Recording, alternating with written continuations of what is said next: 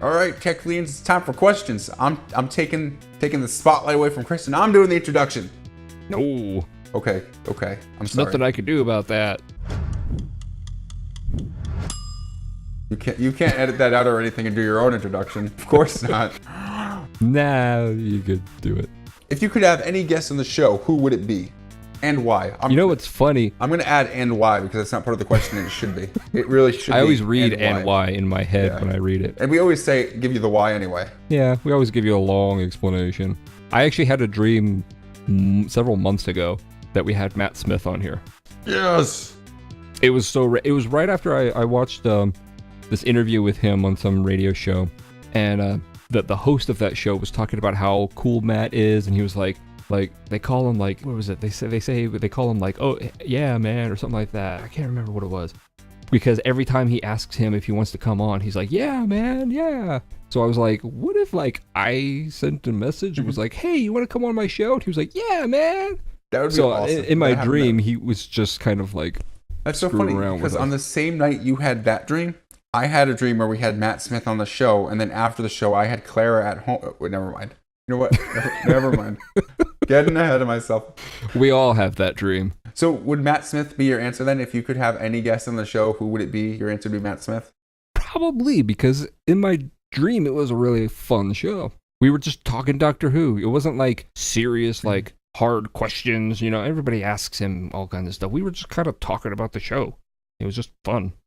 My answer would be tough. Like, my answer would be similar on one end. Like, I would kind of want Peter Capaldi because he's the doctor coming in. And I would really love to get inside his head, pick his brain. Like, I would love to do that a little bit more so than Matt Smith, just because Matt Smith's out. I'd still love to talk to him about his experiences, but he gets asked pretty much the same questions now in all of his interviews about his experiences in Doctor Who. Peter Capaldi, you have a whole world of questions to ask him, a whole new, like, persona to get into. It would be really awesome, I think, to have the chance to interview Peter Capaldi. But at the same time, a part of me would be like, yeah, well, I'd love to interview Peter Capaldi. I would also love to interview someone really popular that could bring attention to our show. It's like, Peter Capaldi's not popular? That's a good point. That's actually, I wasn't thinking about that. But how would we tell people that Peter Capaldi was on here? Unless like BBC America was like, yeah, go check out Teklian. How awesome would that be if BBC America was like, to all their billions of viewers, like, go check out Teklian.TV. They're going to have Peter Capaldi tonight. It's like, yeah. All of a sudden, like, YouTube servers crash because we do it through like Hangouts on air. Like, that would be insane. I'm sitting over here watching the view count going to like hundreds of thousands.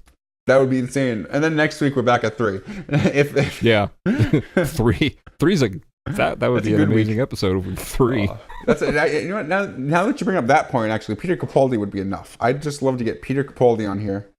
You know, we just didn't hear about him until this. He has a very well established career before this. He did though. He was, unlike Matt Smith, David Tennant. He was really a known actor. Matt Smith and David, no one knew who Matt Smith was. They were like, Matt Smith's the next Doctor. People were like, huh?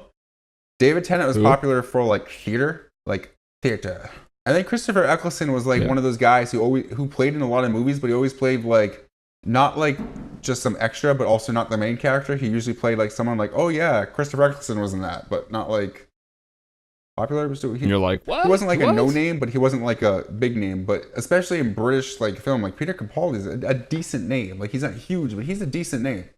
So having him in Doctor Who is gonna be cool. I can't wait for it.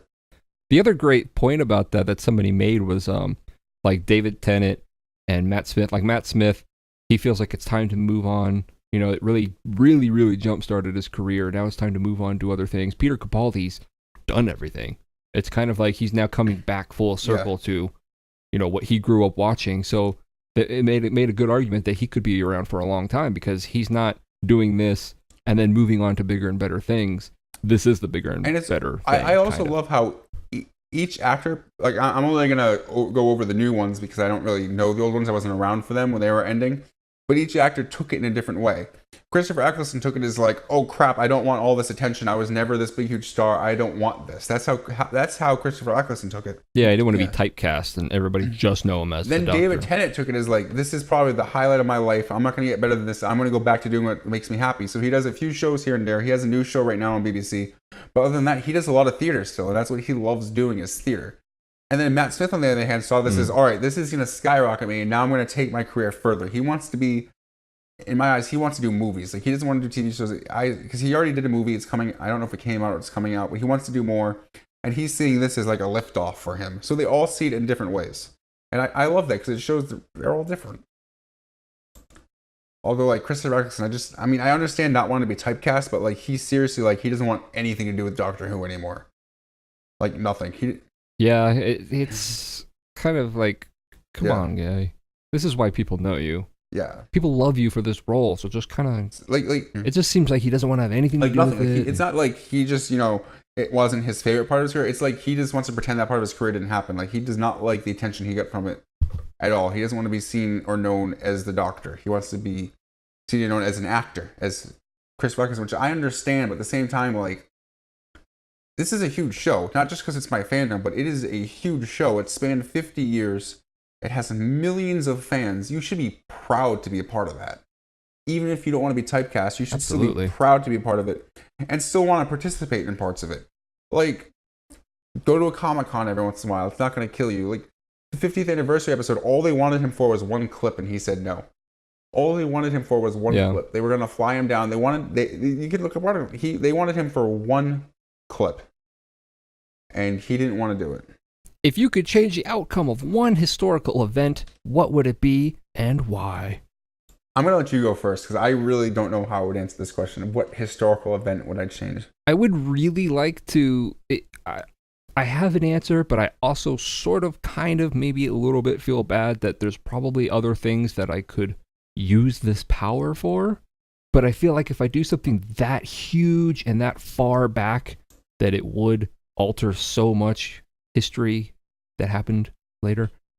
I would change Nikola Tesla and Thomas Edison. The wrong one was popular.